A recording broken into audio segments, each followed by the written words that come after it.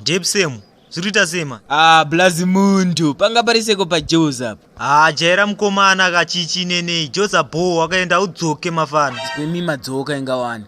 Semu. Zvilecture si zvangu sha. Sakaona ndadzoka so. Ndakanzwa kana mumzi achitanzi marombe chasara kufudza munhu. Mfana kuita rombe kupi kwe. Bvunza mafanzi kuti ndabva muzanzi ndadzokera iyo zimtunzi isingatungamirwe nemapenzi. Iyo mfane. Mumzi aripe.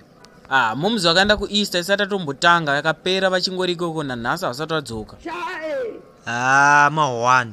Asi mumzi watanga ere zvezve zvavo zvekutengesa nyama. BaMundo kutengesa nyama kupi kwamuri kungotaurawo imimi. Inda musina respect namumzi imimi. Mudhara varipe. Obvious dzirimo mumba madzibve mumba dzoitange ndidzo maplates. Ayo mfane, mind your language man.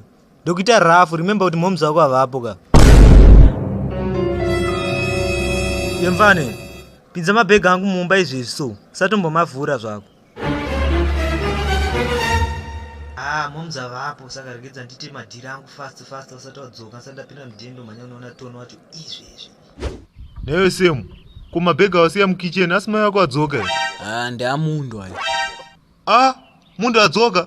Kweyo mabhegi emwana wangu ndoamunoisa mukitchen kuti maplates. Aiwawo hapana zvimwana pepe muri kuzera tambonyepera mumzi pafoni utanza kushanda muofisi. Ko zvinotadza nei? Iwe Semu iwe usangorwadzwa iwe.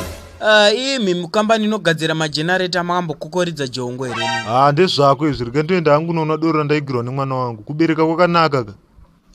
Nai baba mama ita tek nedoro risingatombodiwo kane nhunzi zvaro.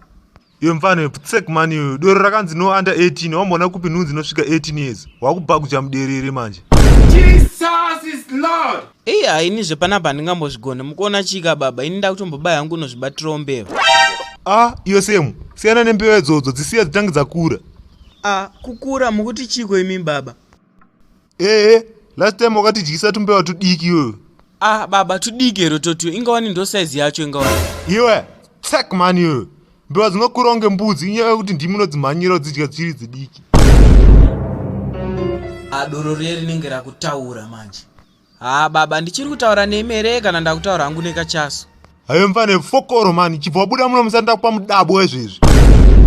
Ndanonzi mahwani manje rega ndibude muno musati ndapuwa mudabo waringoshedzero rega ndibaya hangu kwana Romeo.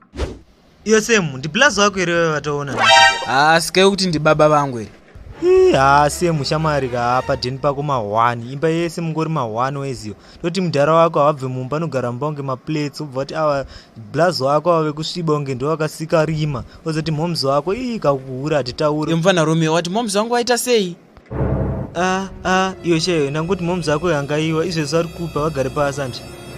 Iyo sheyo usatombotsoma ko momzi wangu kutofaisa tuma small business twavo. Business rotengesa nyama ungati ringatadze kufa here. Iyo sheyo nekwesheni wana ndongogara ndichizibvunza ndega mupfungwa dzangu kuti koseko iwewe blazi wako wari wega wakasviba mumba menyu. Ukona chiRomeo iyi secret zvako zvezvo zvekuti anzonoda uonerewo nesidzoro zombeka.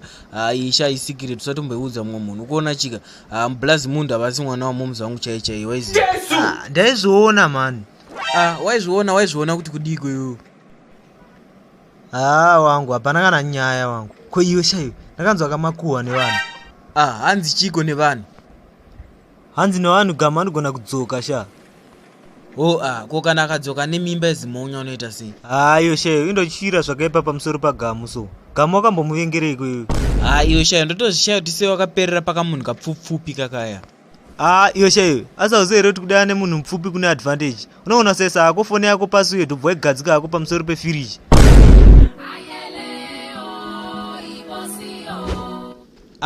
Ndo nyaya yacho usatombotyanza zvidiki izvi.